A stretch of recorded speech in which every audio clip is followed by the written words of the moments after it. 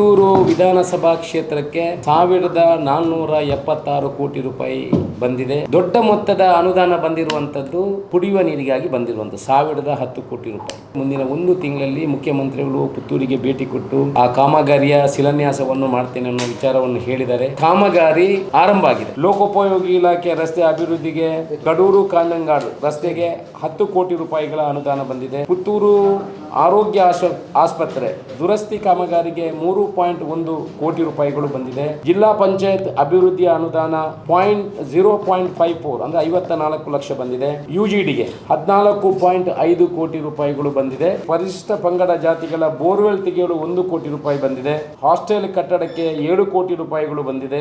ಪುತ್ತೂರಿನಲ್ಲಿ ನೂತನ ಐಬಿ ನಿರ್ಮಾಣ ಮಾಡಲು 3 ಕೋಟಿ ರೂಪಾಯಿಗಳು ಬಂದಿದೆ. ಈಶ್ವರಮಂಗಲದ ಪ್ರಾಥಮಿಕ ಆರೋಗ್ಯ ಕೇಂದ್ರ ದುರಸ್ತಿಗೆ 20 ಲಕ್ಷ ರೂಪಾಯಿಗಳು ಬಂದಿದೆ. ಕರ್ನಾಟಕ ನೀರಾವರಿ ನಿಗಮದಿಂದ ರಸ್ತೆ ಅಭಿವೃದ್ಧಿಗೆ 8 ಕೋಟಿ ರೂಪಾಯಿಗಳು ಬಂದಿದೆ.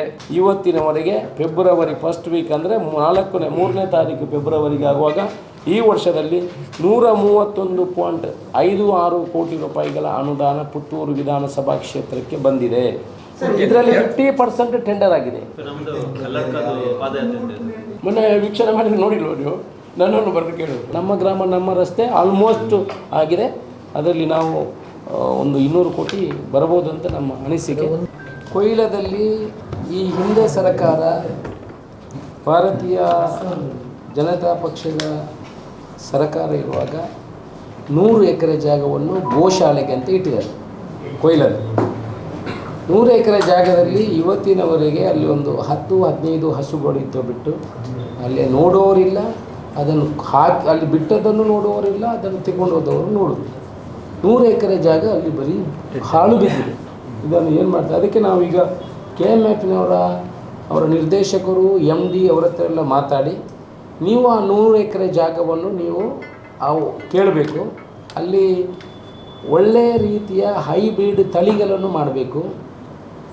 ಪಶುಸಂಗೋಪನೆಗೆ ಬೇಕಾಗುವಂಥ ಆಧುನಿಕ ವಿಚಾರಗಳನ್ನು ಆರ್ಥಿಕವಾಗಿ ಮುಂದೆ ಬರಲಿಕ್ಕೆ ಯಾವ ರೀತಿ ಸಂಶೋಧನೆಗಳನ್ನು ಮಾಡಬೇಕು ಅದನ್ನು ಮಾಡಬೇಕು.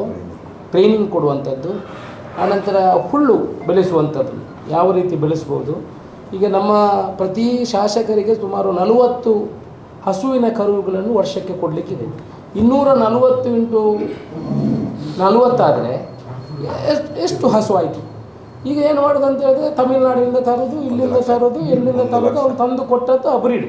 ಅದಕ್ಕೆ ಹೆಸರಿಲ್ಲ, ಬ್ರೀಡ್ ಇಲ್ಲ, ಹಸು ಅಂತ ಕೊಡೋದು. ಸೊ ಈ ಟೈಅಪ್ಗಳನ್ನು ಮಾಡಿಕೊಂಡ್ರೆ 5,000 ಹಸುಗಳು ಇಲ್ಲೇ ಇವರಿಗೆ ಬೇಕಾಗ್ತದೆ, ತಳಿಗಳು ಸಿಗುವಂಥದ್ದು. ಅದಕ್ಕೆ ಅವರೀಗ ಅವರ ಬೋರ್ಡಲ್ಲಿ ನಿರ್ಣಯ ಮಾಡಿ ನಮಗೆ ಮನವಿಯನ್ನು ಕೊಡ್ತಾ ಇದ್ದಾರೆ. ಆ 100 ಎಕರೆ ಜಾಗವನ್ನು ನಮಗೆ ಹಸ್ತಾಂತರ ಮಾಡಬೇಕು ಅಂತ ಮನವಿಯನ್ನು ಕೊಡ್ತಾ ಇದ್ದಾರೆ.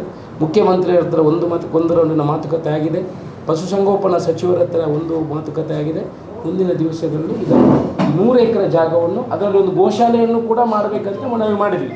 ಅದು ಗೋಶಾಲೆ ಮೇಂಟೈನ್ ಮಾಡೋದು ಬಾರಿ. ಅಲ್ಲಿ ಆಕ್ಚುಲಿ ಈಗ ಸರ್ ಮಲೆನಾಡು ಗಿಡ್ಡವನ್ನೇ ಸಂರಕ್ಷಣೆ ಮಾಡಲಿಕ್ಕೆ ಅಂತಲೇ ಅದು ಹಿಂದಿಂದ ಬಂದಂಥ ವಿಷಯ. ಅಲ್ಲಿಗ ನೀವು ಬೇರೆ ಬ್ರೀಡನ್ನು ತಂದಿರೋದು ತಳಿ ಸಂಕರ ಆಗುತ್ತೆ. ಮಲೆನಾಡು ಗಿಡ್ಡವನ್ನೇ ಬ್ರೀಡನ್ನೇ ಮಾಡಬೇಕು. ಇಲ್ಲಿ ನಮ್ಮ ಲೋಕಲ್ಗೆ ಯಾವುದು ಸೆಟ್ ಆಗ್ತದೆ ಅದನ್ನೇ ಮಾಡಬೇಕು. ಈಗ ಅಲ್ಲಿ ಲೋಕಲ್ ಅಂದರೆ ನಮ್ಮ ಮಲೆನಾಡು ಇದೇನಿದೆ ಅದೆಲ್ಲ ಹಾಲು ಸಿಗಬೇಕು, ನಮಗೂ ಇಲ್ಲಿ ಸಿಗಬೇಕು. ಅಲ್ಲಿ ಹಾಲು ಸಿಗ್ತಾ ಇಲ್ಲ. ಮೊದಲು ಸ್ವಲ್ಪ ಜಾಸ್ತಿ ಸಿಗ್ತಾ ಇತ್ತು, ಫೀಡ್ ಆಗ್ತಾ ಇದ್ರು, ಆಗ ಹಾಲು ಸಿಗ್ತಿತ್ತು. ಈಗ ಹುಲ್ಲು ಹಾಕ್ತಾ ಇದ್ದಾರೆ, ಫೀಡನ್ನು ನಿಲ್ಲಿಸಿದ್ದಾರೆ. ಆ್ಯಕ್ಚುಲಿ ಹುಲ್ಲು ಹಾಕಿದಂಥ ಹಸುವಿನ ಹಾಲು ನಿಜವಾದ್ದು ಕರೆಕ್ಟು ಫೀಡಿಗಿಂತ. ಅದಕ್ಕೆ ಫೀಡ್ ಹಾಕಿದ್ರೆ ಅದು 50% ಡೌನ್ ಬಂದಿದೆ. ಪೂರ್ಣ ಪ್ರಮಾಣದಲ್ಲಿ ಫೀಡ್ ಅಲ್ಲ, ಹುಲ್ಲಿನ ಜೊತೆಗೆ ಸ್ವಲ್ಪ ಫೀಡ್ ಅದನ್ನು ನಿಲ್ಲಿಸಿದ್ದಾರೆ. ಅಲ್ಲ, ನೀವು ಮೊನ್ನೆ ಮಾಧ್ಯಮದಲ್ಲಿ ಬಂದ ನಂತರ ನಾನು ಅವರನ್ನು ಕರೆದು ಮಾತಾಡಿದ್ದೆ. ಅಲ್ಲಿ ಏನಾದರೂ ಅವರಿಗೆ ಪಶು ಆಹಾರ ಕಡಿಮೆ ಇದೆಯಾ ಅಂತ. ಅಲ್ಲಿ ಯಾವುದೇ ತೊಂದರೆಗಳಿಲ್ಲ. ಅವರು ಫೀಡನ್ನು ಕಡಿಮೆ ಮಾಡಿದರೆ ಹುಲ್ಲನ್ನು ಜಾಸ್ತಿ ಆಗ್ತಾಯಿದ್ರೆ ಅದರಿಂದ ಹಾಲಿನ. ಆದರೆ ಅಲ್ಲಿ ಅವರು ಸತ್ಯ ಹೇಳುವುದಿಲ್ಲ. ಆ್ಯಕ್ಚುಲಿ ಅದರಲ್ಲಿ ನಮಗೆ ಬಂದ ಮಾಹಿತಿ ಪ್ರಕಾರ ಟೆಂಡರ್ ಆಗ್ತದೆ ಅಂತ ವರ್ಷ. ಕಳೆದ ವರ್ಷ ಹಾಗೆ ಆಯ್ತು. ನೀವು ಫೋನ್ ಮಾಡಿದ ನಂತರ ಫೀಡ್ ಬಂತು. ಟೆಂಡರ್ ಆದಾಗ ಒಂದು ಟೆಂಡರ್ ನೆಕ್ಸ್ಟ್ ಕಳೆದ ಸೆಕೆಂಡ್ ಸಿಕ್ಕಿದವರಿಗೆ ಈ ಸರ್ತಿ ಸಿಗುವುದಿಲ್ಲ. ಇಂದಿನ ಟೆಂಡರ್ನವನ ಪೇಮೆಂಟ್ ಫುಲ್ ಆಗಿರೋದಿಲ್ಲ. ಹಾಗಾಗಿ 1 ತಿಂಗಳು 2 ತಿಂಗಳು ಗ್ಯಾಪಲ್ಲಿ ಫೀಡ್ ಬರುವುದಿಲ್ಲ ಅಂತ ಹೇಳ್ತಾರೆ. ನಾನು ಮಾತಾಡುವಾಗ ಹಾಗೇನು ಹೇಳಿಲ್ಲ. ಅದು ನನಗೂ ಹಾಗೇನೇ ಹೇಳಿದೆ. ಎಂಥದ್ದು ಹುಲ್ಲು ಹಾಕ್ತೇವೆ, ನಮ್ಮಲ್ಲಿ ಬೇಕಾದಷ್ಟು ಹುಲ್ಲು. ಹಾಗೆ ಅವರು ಅವರ ಬೋರ್ಡಿನ ನಿರ್ಣಯವನ್ನು ಕೊಟ್ಟಿದ್ದಾರೆ. ಮುಂದಿನ ಕ್ರಮವನ್ನು ಅದೊಂದು ಕಾಪಿ ನಮಗೆ ಸರ್. ಇದು ಫಾರ್ಮಿನ ಒಳಗೆ ಹೊರಗೆ ಸೈಡ್ ಇಲ್ಲಿ ರೇಷ್ಮೆ ಹತ್ರ ಈಗ ಆಲ್ರೆಡಿ ಹೊಸ ಪುಂಡಿ ಅಲ್ಲಿ ಮಾಡ್ಬೋದು ನೀವು ಅವಕಾಶ ಕೊಟ್ಟರೆ. ಹಸುವಿನ ಆಹಾರ ಯಾಕಂದ್ರೆ ಈಗ ಹಿಂಡಿ ಬರ್ತದೆ, ಹಿಂಡಿಯ ಬದಲಾಗಿ ಈಗ ಹೊಸ ಸಂಶೋಧನೆ ಡೆಲಿವರ್ ಮಾಡಿದ್ದಾರೆ. ಹುಲ್ಲು ಬೈಹುಲ್ಲು ಇಲ್ಲಿ ಟೋಟಲ್ ಮಿಕ್ಸ್ ಮಾಡಿ, ಆಗ ದನಗಳಿಗೆ ನೀವು ಬೇರೆ ಏನು ಕೊಡ್ಲಿಕ್ಕಿಲ್ಲ, ಇದನ್ನು ಮಾತ್ರ ಕೊಡುವಂಥದ್ದು 3 ಹೊತ್ತು. ಅಷ್ಟು ಬಿಟ್ಟರೆ ಹುಲ್ಲು ಹಾಕೋದು ಬೇಡ, ಹಿಂಡಿ ಹಾಕೋದು ಬೇಡ, ಟೋಟಲಿ TMR ರೇಷಿಯೋ ಅಂತ ಹೊಸ ಸಿಸ್ಟಮ್ ಅದು ಬಂದಾಗ ರೈತರಿಗೆ ಇನ್ನೂ 620 ಎಕರೆ ಈಗ ಆ ವ್ಯವಸ್ಥೆಗೂ ಸಹಕಾರ ಕೊಟ್ಟರೆ ನಾವು ರೆಡಿ ಇದ್ದೇವೆ ಮಾಡಲಿಕ್ಕೆ. ನಾವು 2023-24 ವರ್ಷದ ಬಜೆಟಿನಲ್ಲಿ ಪುತ್ತೂರು ವಿಧಾನಸಭಾ ಕ್ಷೇತ್ರಕ್ಕೆ 1476 ಕೋಟಿ ರೂಪಾಯಿ ಬಂದಿದೆ. ನಾವು ಈ ಮೊದಲೇ ಇದರ ವಿಚಾರವನ್ನು ನಿಮಗೆ ಮಾಧ್ಯಮದ ಮುಖಾಂತರ ತಿಳಿಸಿದರು.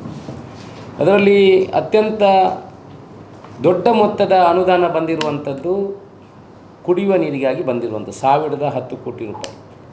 ನಾವು ಇವಾಗಲೇ ಆ ಯೋಜನೆಯನ್ನು ಶಿಲಾನ್ಯಾಸ ಮಾಡಲು ಮುಖ್ಯಮಂತ್ರಿಯನ್ನು ಕರೀತಾ ಇದ್ದೇವೆ. ಮುಂದಿನ 1 ತಿಂಗಳಲ್ಲಿ ಮುಖ್ಯಮಂತ್ರಿಗಳು ಪುತ್ತೂರಿಗೆ ಭೇಟಿ ಕೊಟ್ಟು ಆ ಕಾಮಗಾರಿಯ ಶಿಲಾನ್ಯಾಸವನ್ನು ಮಾಡ್ತೇನೆ ಅನ್ನೋ ವಿಚಾರವನ್ನು ಹೇಳಿದ್ದಾರೆ. ಈಗಲೇ ಕಾಮಗಾರಿ ಆರಂಭ ಆಗಿದೆ. ನೀವು ನೋಡ್ತಾ ಇರ್ಬೋದು, ರಸ್ತೆ ಬದಿಯಲ್ಲಿ ಎಲ್ಲ ಕಡೆ ಕಾಮಗಾರಿಗಳು ಆರಂಭ ಆಗಿದೆ. ಕಾಮಗಾರಿ ಬಂದಿದೆಯಾ ಇಲ್ವಾ ಅಂತ ವ್ಯತ್ಯಾಸಗಳಿತ್ತು. ಕಾಮಗಾರಿ ಆರಂಭ ಆಗಿದೆ. 470 ಕೋಟಿ ಅನುದಾನ ಕೂಡ ಈಗಲೇ ಟೆಂಡರ್ ಆಗಿ ಬಿಡುಗಡೆ ಆಗಿದೆ. ಈ ವರ್ಷ 2024-25ನೇ ಬಜೆಟ್ ನಾವು ಫೆಬ್ರವರಿ 3ನೇ ತಾರೀಕಿನಂದು ನಾವು ಇಲ್ಲಿ ಇವತ್ತು ಸೇರಿದ್ದೇವೆ. ಈ ವರ್ಷ ಪುತ್ತೂರು ವಿಧಾನಸಭಾ ಕ್ಷೇತ್ರಕ್ಕೆ ಎಷ್ಟು ಅನುದಾನಗಳು ಬಂದಿದೆ ಅನ್ನೋ ವಿಚಾರವನ್ನು ನಿಮ್ಮ ಮುಂದೆ ಇಡಬೇಕು. ಸಮಾಜಕ್ಕೆ ಎಲ್ಲರಿಗೂ, ಎಲ್ಲ ಜನರಿಗೆ, ಈ ಪುತ್ತೂರಿನ ಮತದಾರರಿಗೆ ವಿಚಾರಗಳು ತಿಳಿಬೇಕು. ಏನು ಅನುದಾನಗಳು ಪುತ್ತೂರಿಗೆ ಬಂದಿದೆ ಅನ್ನೋ ವಿಚಾರವನ್ನು ತಿಳಿಸಲಿಕ್ಕಾಗಿ ನಾನು ಇವತ್ತು ನಿಮ್ಮನ್ನು ಮಾಧ್ಯಮದ ಮಿತ್ರರನ್ನು ಕರೆದಿದ್ದೀನಿ.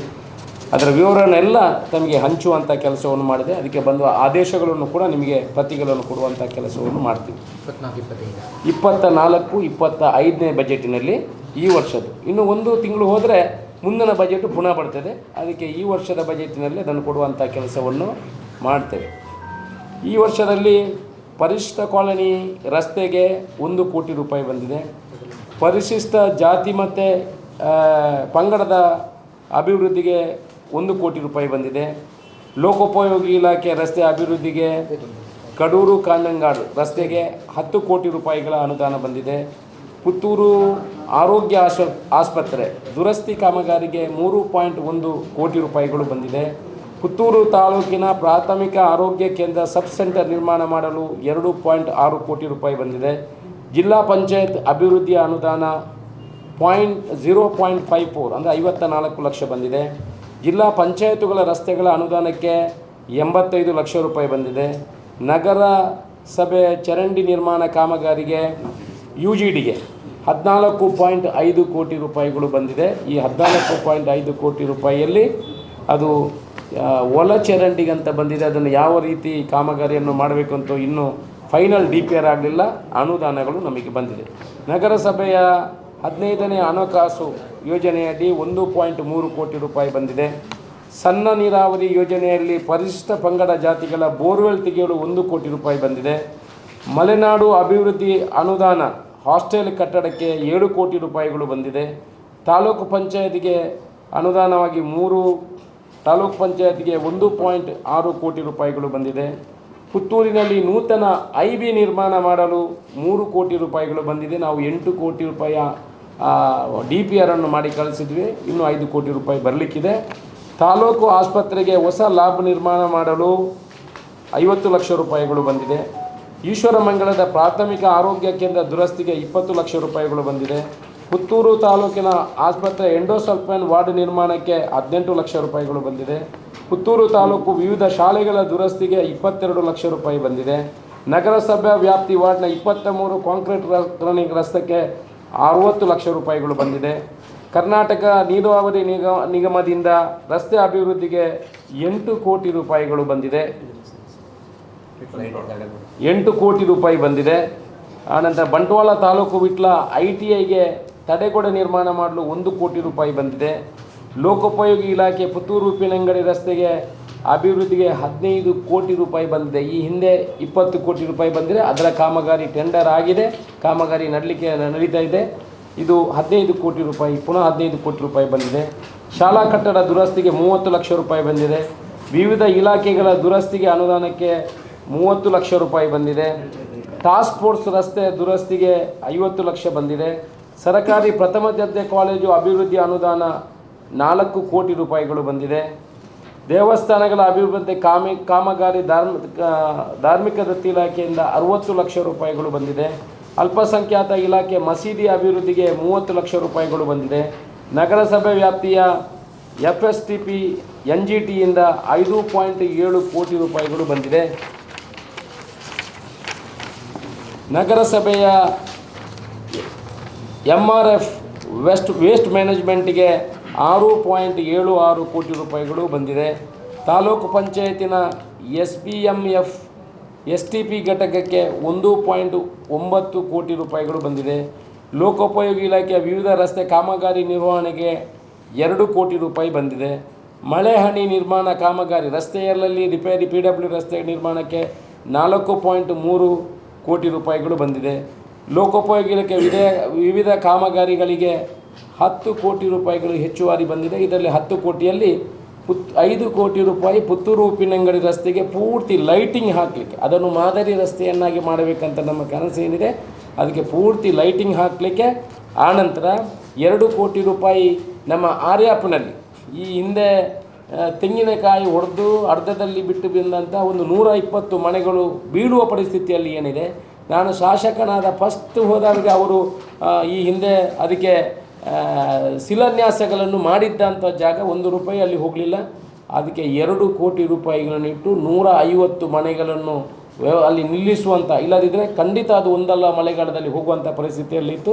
ಅದಕ್ಕೆ 2 ಕೋಟಿ ರೂಪಾಯಿಗಳನ್ನು ಇಡುವಂತಾಗಿದೆ. ನೂಜಿಯಲ್ಲಿ, ವಿಟ್ಲದ ಭಾಗದ ನೂಜಿಯಲ್ಲಿ ಅಲ್ಲಿ ಸುಮಾರು 25ರಿಂದ 30 ಮನೆಗಳಿದ್ದಾವೆ. ಮಳೆಗಾಲದಲ್ಲಿ ಈ ಕಡೆ ದಾಟಲಿಕ್ಕೆ ಆಗೋದಿಲ್ಲ ಅವರಿಗೆ. ನಾನು ಚುನಾವಣಾ ಸಮಯದಲ್ಲಿ ಮೊದಲು ಹೋಗಿರುವಂಥ ಬೇಡಿಕೆ ಇದಕ್ಕೆ 2 ಕೋಟಿ ರೂಪಾಯಿಯನ್ನು ಕೊಟ್ಟು ಆ ನೂಜಿಯ ಬ್ರಿಡ್ಜನ್ನು ಕೂಡ ಮಾಡುವಂಥ ಕೆಲಸವನ್ನು ಮಾಡ್ತೇವೆ. ಅದರಲ್ಲಿ 1 ಕೋಟಿ ರೂಪಾಯಿಯಲ್ಲಿ ಕಂದಲ್ಕಾನ, ಬಾಣಾಜಿಯಲ್ಲಿ ಕಂದಲ್ಕಾನದಲ್ಲಿ ಒಂದು ಇದು ಸಂಕ ಏನು ಸೇತುವೆ ಇದೆ, ಪೂರ್ತಿ ಹಾನಿಯಾಗಿದೆ. ಅದಕ್ಕೆ ಸೇತುವೆ ಪ್ಲಸ್ ರಸ್ತೆಯನ್ನು ಮಾಡಲಿಕ್ಕೆ ಅದನ್ನು ಇಡುವಂಥ ಕೆಲಸಗಳಾಗಿದೆ. ಪರಿಶಿಷ್ಟ ಪಂಗಡ ಕಾಲೋನಿ ಅಭಿವೃದ್ಧಿಗೆ 3 ಕೋಟಿ ರೂಪಾಯಿಗಳು ಬಂದಿದೆ. ಮುಖ್ಯಮಂತ್ರಿಯವರ ವಿಶೇಷ ಅನುದಾನದಲ್ಲಿ 10 ಕೋಟಿ ರೂಪಾಯಿಗಳಲ್ಲಿ ಬಂದಿದೆ. ಇದರಲ್ಲಿ 176 ರಸ್ತೆಗಳ ಅಭಿವೃದ್ಧಿಗಳನ್ನು ಮಾಡ್ತಾ ಇದ್ದೇವೆ 10 ಕೋಟಿ ರೂಪಾಯಿಯಲ್ಲಿ. ಹೊರಗ ಸಮುದಾಯದ ಕಾಲೋನಿಗೆ ಸೋಲಾರ್ ದೀಪಕ್ಕೆ 56 ಲಕ್ಷ ರೂಪಾಯಿ ಬಂದಿದೆ. SC STಗೆ ಬೋರ್ವೆಲ್ಗೆ 55 ಲಕ್ಷ ರೂಪಾಯಿಗಳು ಬಂದಿದೆ. ವಿಟ್ಲ ಉಪ್ಪಿನಂಗಡಿ ನಾಡ ಕಚೇರಿಗೆ ಸುಮಾರು 3 ವರ್ಷದಿಂದ ಹಾಗೆ ಬಿದ್ದಿರುವಂಥ ನಾಡ ಕಚೇರಿಗೆ ಅವರಿಗೆ ಶೌಚಾಲಯಕ್ಕೆ 11 ಲಕ್ಷ ರೂಪಾಯಿಗಳು ಬಂದಿದೆ. ಇವತ್ತಿನವರೆಗೆ ಫೆಬ್ರವರಿ ಫಸ್ಟ್ ವೀಕ್ ಅಂದರೆ 3ನೇ ತಾರೀಕು ಫೆಬ್ರವರಿಗೆ ಆಗುವಾಗ ಈ ವರ್ಷದಲ್ಲಿ 131.56 ಕೋಟಿ ರೂಪಾಯಿಗಳ ಅನುದಾನ ಪುತ್ತೂರು ವಿಧಾನಸಭಾ ಕ್ಷೇತ್ರಕ್ಕೆ ಬಂದಿದೆ. 131.56 ಕೋಟಿ ರೂಪಾಯಿ.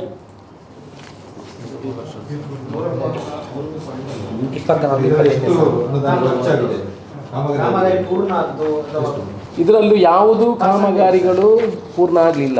ಈಗ ಅನುದಾನಗಳು ಬಂದಿರುವಂಥದ್ದು. ಇನ್ನು ಲೈಟ್ಗಳು ಇದರಲ್ಲಿ 50% ಈ 131 ಕೋಟಿ ರೂಪಾಯಿಯಲ್ಲಿ ಈಗ 50% ಕಾಮಗಾರಿಗಳು, ಲೈಟ್ಗಳು ಬಾಕಿದ್ದು ಎಲ್ಲ ಶುರುವಿಗೆ ಬಂದದೆಲ್ಲ ಟೆಂಡರ್ ಆಗಿ ಇಂಪ್ಲಿಮೆಂಟೇಷನ್ಗೆ ಹೋಗಿದೆ. ಯಾವ ಕಾಮಗಾರಿಗಳು ಆರಂಭ ಆಗಲಿಲ್ಲ. ಇನ್ನು 1-2 ತಿಂಗಳಲ್ಲಿ ಈ ಬಜೆಟ್ ಮುಂಚೆ ಎಲ್ಲ ಕಾಮಗಾರಿಗಳು, ಇದು ನೀವು 10 ಕೋಟಿ PWD ಇನ್ನೂ ಟೆಂಡರ್ ಆಗಬೇಕಷ್ಟೇ. ಮೊನ್ನೆ ಆಗಿ ಲೈಟಿಂಗ್ ಇದೆಲ್ಲ. ಆನಂತರ CM ಫಂಡಿದ್ದು ಈಗ ಆಲ್ರೆಡಿ ಪ್ರಪೋಸಲ್ ಹೋಗಿ ಟೆಂಡರ್ ಪ್ರೊಸೆಸಲ್ಲಿದೆ. 15 ಕೋಟಿ PWD ಮೊದಲು ಕೊಟ್ಟದ್ದು ಟೆಂಡರ್ ಆಗಿ ಬಂದಿದೆ. ಎಲ್ಲ ಹಂತವಾಗಿ ಆಗ್ತದೆ. ಈ ಲೈಟಿಂಗಿದು ಬಾಕಿದ್ದು SC ST ಇದೆಲ್ಲ ಕಾಮಗಾರಿ ಸ್ಟಾರ್ಟ್ ಆಗಿದೆ. 50% ಮೊದಲಿದ್ದು ಲಾಸ್ಟ್ ಇಯರ್ ಆಗಿದೆ, ಈಗ ಇಂಪ್ಲಿಮೆಂಟ್ ಆಗ್ತಾ ಇದೆ. ಈಗ 1476 ಕೋಟಿ ಲಾಸ್ಟ್ ಇಯರ್ ಬಂದದ್ದು, ಈಗೆಲ್ಲ ಇಂಪ್ಲಿಮೆಂಟೇಷನ್ ಪಾರ್ಟಲ್ಲಿ. ಅದರಲ್ಲೀಗ 1470 1010 ಕುಡಿಯ ನೀರಿಗಾಯಿತು. ಉಳಿದದ್ದು ಬಾಕಿ ಇದೆಲ್ಲ ಈಗ ಇಂಪ್ಲಿಮೆಂಟೇಷನ್ ರಸ್ತೆಗಳು ಆಗ್ತಾ ಇರುವಂಥದ್ದು. ಬಾಕಿ ಇದೆಲ್ಲ ಪುತ್ತೂರು ಪಿನಂಗ 20 ಕೋಟಿ ರಸ್ತೆ ಅದೆಲ್ಲ ಟೆಂಡರ್ ಆಗಿ ಎಲ್ಲ ಇಂಪ್ಲಿಮೆಂಟೇಷನ್ ಪಾರ್ಟಲ್ಲಿದೆ. ಇದರಲ್ಲಿ 50% ಕೆಲಸಗಳು ಅಂದರೆ ಈ ಬೋರ್ವೆಲ್ದು ಬಾಕಿದು ಚಿಕ್ಕದೆಲ್ಲ ಇಂಪ್ಲಿಮೆಂಟೇಷನ್ ಪಾರ್ಟಿಗೆ ಹೋಗಿದೆ. ದೊಡ್ಡದಾಗೋದೆಲ್ಲ ಟೆಂಡರ್ ಅಂತ ಮುಗಿದಿದೆ. ಇದು ಟೆಂಡರ್ ಆಗಬೇಕಾ? ಪುತ್ತೂರು ಉಪ್ಪಿನಂಗಡಿ ಇದರಲ್ಲಿ 50% ಟೆಂಡರ್ ಆಗಿದೆ. 50% ಟೆಂಡರ್ ಹಂತ. ಈಗ ನೋಡಿ, ಫಾರ್ ಎಕ್ಸಾಂಪಲ್ ಮುಖ್ಯಮಂತ್ರಿ ವಿಶೇಷ ಅನುದಾನ ನಮಗೆ ಕಳೆದ ತಿಂಗಳಲ್ಲಿ ಕೊಟ್ಟಿರುವಂಥದ್ದು. ಈಗ ನಾವು ಇಲ್ಲಿಂದ ಕಾಮಗಾರಿ ಅವರಿಗೆ ಕೊಡಬೇಕು. ಕಾಮಗಾರಿ ಎಲ್ಲ 176 ಲಿಸ್ಟ್ ಮಾಡಿಕೊಟ್ಟು ಟೆಂಡರ್ ಇಂಪ್ಲಿಮೆಂಟ್ ಆಗಿ ಇಮಿಡಿಯೇಟ್ ಮಾಡಬೇಕು. ಈ ಬಜೆಟ್ಗೆ, ಈಗ ಕಳೆದ ಬಜೆಟ್ಗೆ ಈ ವರ್ಷದ 2020 ನೆಕ್ಸ್ಟ್ ಮಾರ್ಚ್ವರೆಗೆ ಇಂಪ್ಲಿಮೆಂಟೇಷನ್ ಟೆಂಡರ್ ಆಗಿಬಿಡಬೇಕು. ಮಾರ್ಚ್ ಒಳಗೆ ಇದೆಲ್ಲ ಟೆಂಡರ್ ಆಗಬೇಕು. ಆಗ್ತದೆ, ಆಗಲೇಬೇಕು. ಇಲ್ಲ, 80% ಟೆಂಡರ್ ಆಗಿದೆ, ಇಂಪ್ಲಿಮೆಂಟೇಷನ್ ಆಗಬೇಕು ಅಷ್ಟೇ. 50% ಅಂದರೆ ಈಗ ನೋಡಿ, ದೊಡ್ಡದಿರೋದು ಈಗ PWD ಹತ್ತಿರ ಕೊಟ್ಟು ಮೊನ್ನೆ ಬಂದದ್ದು. ನಿನ್ನೆ ನಾನು ಶನಿವಾರ ತಗೊಂಡು ಬಂದದ್ದು ಆರ್ಡ್ರು, ಅದು ಹೋಗಬೇಕು. ಮುಖ್ಯಮಂತ್ರಿ ಪರಿಹಾರದ್ದು ಈಗ ನಮಗೆ ಕೊಟ್ಟಿರೋದು ವಿಶೇಷ ಅನುದಾನ, ನಾವು ಇಲ್ಲಿಂದ ಲೀಸ್ಟ್ ಮಾಡಿ ತಾಲೂಕು ಪಂಚಾಯತ್ಗೆ ಹೋಗಿ ಬರಬೇಕು. ಎಲ್ಲ ಇನ್ನೂ 15 ದಿವಸ ಒಳಗೆ ಎಲ್ಲ ಟೆಂಡರ್ ಆಗಿ ಹೋಗ್ತಿದೆ. ನೆಕ್ಸ್ಟ್ ಬಜೆಟ್ ಒಳಗೆ ಇದೆಲ್ಲ ಟೆಂಡರ್ ಆಗಿ ಮುಗಿಸ್ಬಿಡಬೇಕು. ಸರ್, ಇದೆಲ್ಲ ಇಷ್ಟು ಅನುದಾನ ಕೂಡ ಎಲ್ಲ ರಾಜ್ಯ ಸರ್ಕಾರದಲ್ಲ? ಎಲ್ಲ ರಾಜ್ಯ ಸರ್ಕಾರದಿಂದ ಬರೋದು. ಇದು ಅಲ್ಲದೆ ಈಗ ಇನ್ನೂ ನಾವು ಸುಮಾರು ಈಗ 131.56 ಕೋಟಿ ರೂಪಾಯಿಗೆ ಅನುದಾನಗಳು ಬಂದಿದೆ. ಇನ್ನೂ ನಾವು ಸುಮಾರು 400 ಕೋಟಿ ರೂಪಾಯಿಯ ಅನುದಾನಗಳು ನಾವು ಬಿಡುಗಡೆ ಹಂತದಲ್ಲಿ ಇದ್ದಾವೆ. 400 ಕೋಟಿ ರೂಪಾಯಿ ಅನುದಾನಗಳು ನಾವು ಏನು ಇಷ್ಟರವರೆಗೆ ಫಾಲೋಅಪ್ ಮಾಡಿ ತಂದು ಇಟ್ಟಂಥದ್ದು ಬಿಡುಗಡೆ ಹಂತದಲ್ಲಿ ಇದ್ದಾವೆ. ಇನ್ನು ಒಂದು ತಿಂಗಳಲ್ಲಿ ಫೆಬ್ರವರಿ ಎಂಟು ಮಾರ್ಚ್ 15 ಒಳಗೆ ಸುಮಾರು ನಾವು ಪುತ್ತೂರು ವಿಧಾನಸಭಾ ಕ್ಷೇತ್ರಕ್ಕೆ 400 ಕೋಟಿ ರೂಪಾಯಿ ಅನುದಾನಗಳನ್ನು ಎಕ್ಸ್ಪೆಕ್ಟ್ ಮಾಡ್ತಾ ಇದ್ದೇವೆ, ಬರ್ಬೋದು ಅಂತ ನಮ್ಮ ಅನಿಸಿಕೆ. ಅದರಲ್ಲಿ 350 ಕೋಟಿ ರೂಪಾಯಿ ಒಂದೇ ಒಂದು ಪುತ್ತೂರಿನಲ್ಲಿ ನಮ್ಮ ಕನಸಿನ ಯೋಜನೆ ಇದ್ದು, ನಮ್ಮ 5 ಪಂಚ ಯೋಜನೆಗಳಲ್ಲಿ ಒಂದಾಗಿರುವಂಥ ಉಪ್ಪಿನಂಗಡಿಯನ್ನು ಪ್ರವಾಸೋದ್ಯಮ ಸ್ಥಾನವನ್ನಾಗಿ ಮಾಡಬೇಕು. ಅಲ್ಲಿ ದೊಡ್ಡ ಬ್ರಿಡ್ಜ್ ಕಮ್ ರಸ್ತೆಯನ್ನು ಮಾಡಬೇಕು. 365 ದಿವಸ ಕೂಡ ಅಲ್ಲಿ ನೀರು ನಿಲ್ಲಬೇಕು. ಕೂಡಲ ಸಂಗಮ ಮಾದರಿಯಲ್ಲಿ ಅಲ್ಲಿ ಕೆಳಗಡೆ ಇರುವಂಥದ್ದು, ಕೆಳಗಡೆ ರಿಟೈನಿಂಗ್ ವಾಲ್ ಕಡುವಂಥದ್ದು, 10 ಕೋಟಿ ರೂಪಾಯಲ್ಲಿ ಲೈಟಿಂಗ್ ಫಿಕ್ಸ್ ಮಾಡುವಂಥದ್ದು, ಅಲ್ಲಿ ಸ್ಟ್ರೀಟ್ ನಿರ್ಮಾಣ ಮಾಡುವಂಥದ್ದು, ನದಿ ಬದಿಯಲ್ಲಿ ಬಸ್ ಸ್ಟ್ಯಾಂಡ್ವರೆಗೆ ಒಂದು ಸ್ಟ್ರೀಟ್ ನಿರ್ಮಾಣ ಮಾಡಬೇಕು. ಸ್ಟ್ರೀಟ್ ಒಳ್ಳೆ ರಸ್ತೆ ಮಾಡಿ ಅಲ್ಲಿ ಚಿಕ್ಕ ಚಿಕ್ಕ ಅಂಗಡಿಗಳೆಲ್ಲ, ಅದೊಂದು ಒಳ್ಳೆ. ಎಷ್ಟು ಬಜೆಟ್ ಅದು? 352 ಕೋಟಿ ರೂಪಾಯಿಯ ಅನುದಾನ ಇಲ್ಲ, ಅದಕ್ಕೆ ಮೊದಲು 355 ಕೋಟಿ ರೂಪಾಯಿ ಎಕ್ಸ್ಪೆಕ್ಟ್ ಮಾಡೋದ್ರಲ್ಲಿ ಅದೇ 352 ಕೋಟಿ ಅನುದಾನ. ಮೊನ್ನೆ ನಾನು ಮೀಟಿಂಗ್ ಆಗಿದೆ, ಮಾನ್ಯ ಉಪಮುಖ್ಯಮಂತ್ರಿಯವರ ನೇತೃತ್ವದಲ್ಲಿ ಮೀಟಿಂಗ್ ಆಗಿದೆ. ಇಡೀ ಕರ್ನಾಟಕದ 45 ಶಾಸಕರನ್ನು ಕರೆದಿದ್ದಾರೆ. ನಾನು ಚರ್ಚೆ ಮಾಡಿ ನಮಗೆ ಎತ್ತಿನ ಹೊಳೆಯ ನೀರು ನಿಮಗೆ ಕೊಡ್ತೀವಿ, ನಾನು ಪಶ್ಚಿಮ ವಾಹಿನಿಗೆ ಯಾವುದು ದುಡ್ಡು ಕೊಡೋದಿಲ್ಲ, ಎತ್ತಿನ ಹೊಳೆಗೆ 26,000 ರೂಪಾಯಿ ಕೋಟಿ ಕೊಡ್ತಾರೆ. ನಮಗೆ ಏನಿದೆ ಸ್ವಾಮಿ, ನಾವಿರುವಂಥದ್ದು ಒಬ್ಬ ಶಾಸಕ ಇಲ್ಲಿ ನದಿ ತೀರದಲ್ಲಿ ಇರುವಂಥದ್ದು, ಬಾಕಿ ಎಲ್ಲ ಸಮುದ್ರ ತೀರದಲ್ಲಿರುವಂಥ ಶಾಸಕರು ಇರೋದು. ನದಿ ತೀರದಲ್ಲಿ ನಾನು ಒಬ್ಬನೇ ಇರೋದು. ಸೊ ನಮಗೆ ಕುಡಿಯೋ ನೀರಿಗೆ ತೊಂದರೆ ಆಗಿದೆ. ಈಗ ಇನ್ನು ಮುಂದೆ ನಾವು ದೊಡ್ಡ ಡ್ಯಾಮ್ ಆಗೋದಿದ್ದರೆ ನಮಗೆ ಕುಡಿಯೋ ನೀರು ಕೂಡ ಮುಂದೆ ದಿವಸ ತೊಂದರೆ ಆಗ್ತದೆ. ಅಲ್ಲೆಲ್ಲ ಎತ್ತಿನ ಒಳಗೆ ಮೇಲೆ ಹೋಗ್ಲಿಕ್ಕೆ ಆಯಿತು. ನಾವಿಲ್ಲಿ ಶೇಖರಣೆ ಮಾಡೋದಿದ್ದರೆ ನಮಗೆ ಖಂಡಿತ ಇನ್ನೂ 10-15 ವರ್ಷ ಆಗುವಾಗ ನಮಗೆ ಕುಡಿಯುವ ನೀರಿಗೆ ಬರೆಗಾಲ ಬರ್ತದೆ. ಅದಕ್ಕೆ ನಾವು ಕೊಟ್ಟಿರುವಂಥದ್ದು 352 ಕೋಟಿ ರೂಪಾಯಿ. ಉಪ್ಪಿನಂಗಡಿಯಲ್ಲಿ ದೊಡ್ಡ ಬ್ರಿಡ್ಜು, ಇನ್ನೊಂದು ಬರಲಿಕ್ಕಿದೆ ಕಟ್ಟಡದಲ್ಲಿ 250 ಕೋಟಿ. ಅದು 2 ಬಂದರೆ ಜೀವನ ಪರ್ಯಂತ ನಮ್ಮ ವಿಧಾನಸಭಾ ಕ್ಷೇತ್ರಕ್ಕೆ ಕುಡಿಯುವ ನೀರಿಗೆ, ತೋಟಕ್ಕೆ, ಕೃಷಿಗೆ, ಅಂತರ್ಜಲಕ್ಕೆ ಯಾವುದೇ ತೊಂದರೆಗಳಿಲ್ಲ. ನಮ್ಮ ಕಟ್ಟಡದಲ್ಲಿ 250 ಕೋಟಿ ಪ್ರಪೋಸಲ್ ಏನಿದೆ ಅದನ್ನು ಬಜೆಟಲ್ಲಿ ಪ್ರಯತ್ನವನ್ನು ಮಾಡ್ತಾಯಿದ್ವಿ. ಮುಂದಿನ ಬಜೆಟ್ 2070 ಅದಿಲ್ಲಲ್ಲ, ಆಗ ನೀವು ಹೇಳಿದ ಕಳೆದ ವರ್ಷ ಇಲ್ಲ ಆಗಬೇಕಷ್ಟೆ. ಅದನ್ನು ಮೊನ್ನೆ ಆಗಿದ KNN ಮೀಟಿಂಗಲ್ಲಿ ಅನುಮೋದನೆ ಮಾಡಿಸಿ, ಚರ್ಚೆ ಮಾಡಿ, ಅವರಿಗೆ ವಿನಂತಿ ಮಾಡಿ ಅದನ್ನು ಅನುಮೋದನೆ ಮಾಡಿ ಫೈನಲ್ ಮೀಟಿಂಗಿಗೆ ಹೋಗಿದೆ. ಅದಾದ ಕೂಡಲೇ ನಿಮಗೆ ಹೇಳ್ತೀನಿ. ಅದು ಆದರೆ ಉಪ್ಪಿನಂಗಡಿಯ ಒಂದು ಕನಸು ನನಸಾಗ್ತದೆ ಅಂತ ನಾನು ತಿಳ್ಕೊಂಡಿದ್ದೀನಿ. ದೇವರ ದಯದಲ್ಲಿ ಇನ್ನು 10 ದಿವಸದ ಒಳಗೆ ಅದಕ್ಕೆ ಅನುಮೋದನೆ ಕೂಡ ಸಿಗ್ತದೆ. 48 ಕೋಟಿ ಯಾವುದಕ್ಕೆ ಸರ್? ಯಾವುದು? 400 ಕೋಟಿಯಲ್ಲಿ 352 ಕೋಟಿ ಉಪ್ಪಿನಂಗಡಿ. ಆನಂತರ PWD ರಸ್ತೆಗೆ ಇನ್ನೊಂದು ಉಪ್ಪಿನಂಗಡಿಯನ್ನು ಫುಲ್ ಮಾಡಬೇಕಂತ ಅದಕ್ಕೆ ಒಂದು 15 ಕೋಟಿಯನ್ನು ಕೇಳಿದ್ದೀವಿ. ಕಿಂಡಿ ಆಣೆಕಟ್ಟುಗಳು ಸುಮಾರು 30 ಕಿಂಡಿ ಆಣೆಕಟ್ಟುಗಳನ್ನು ಕೇಳಿದ್ದೀವಿ. 400 ಫುಟ್ ಬ್ರಿಡ್ಜ್ ಕಾಲು ಸಂಕಗಳು, ಅಲ್ಲಲ್ಲಿ ಕಾಲು ಸಂಕಗಳನ್ನು ಕೇಳಿದ್ದೀವಿ.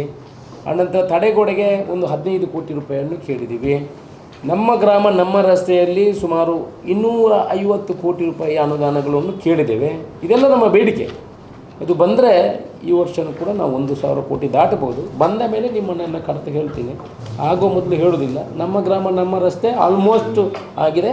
ಅದರಲ್ಲಿ ನಾವು ಒಂದು 200 ಕೋಟಿ ಬರಬಹುದು ಅಂತ ನಮ್ಮ ಅನಿಸಿಕೆ. 1 ಕೋಟಿ ಸಿಮೆಂಟ್ ಅಂದರೆ ಖಂಡಿತ ಆಗ್ತದೆ. ಅದಕ್ಕೊಂದು ಸಿಮೆಂಟ್ ನಿಮ್ಮ ಪ್ರಶ್ನೆಗಳೇನಾದರೂ ಕೊನೆಯಲ್ಲ ಆರಂಭದ್ದು ಒಂದು ಸಣ್ಣ ಕಾಮಗಾರಿ ಆಗಬೇಕಾಗಿತ್ತು. ನೋಡಿ, ನಾನು ಮೇಲೆ ಬರ್ತೀನಿ. ಯಾವುದೇ ಕ್ಷೇತ್ರಕ್ಕೆ ಒಂದು ಕೂಡ ಮನೆ ಬಂದಿಲ್ಲ. ನಾವು ನಮ್ಮ ಪುತ್ತೂರು ವಿಧಾನಸಭೆ ಕ್ಷೇತ್ರದಲ್ಲಿ 250 ಮನೆಗಳನ್ನು ತರಿಸಿದ್ದೇವೆ. ನಾಳೆ ಆ 250 ಮನೆಯ ಫಲಾನುಭವಿಗಳಿಗೂ ಕೂಡ ಮನೆಯನ್ನು ಹಂಚುವಂಥ ಕೆಲಸವನ್ನು ಮಾಡ್ತೀವಿ. ಎಲ್ಲಿಯೂ ಬಂದಿಲ್ಲ. ನಾವು 250 ಮನೆಗಳನ್ನು ಅದು ಯಾವ ಸ್ಕೀಮ್? ಅಂಬೇಡ್ಕರ್ ಬಸವಸಿ ಮತ್ತು ಅಂಬೇಡ್ಕರ್. ಇಲ್ಲಿ ಸರ್ ಸ್ವಲ್ಪ ವಿವರಣೆ. ತಾಲೂಕು ಪಂಚಾಯತ್. ಈಗ ನಿಮ್ಮ ಪ್ರಶ್ನೆಗಳನ್ನು ಕೇಳ್ಬೋದು. ಇದು ಡಿಸ್ಟ್ರಿಬ್ಯೂಟ್ ಮಾಡೋದು.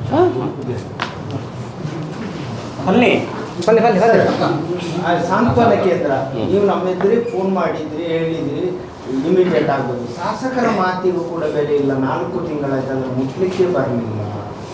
ಮಳೆ 3-4 ಸಲ ಹೇಳಿದ್ದೀವಿ ಸರ್ ಅವರಿಗೆ.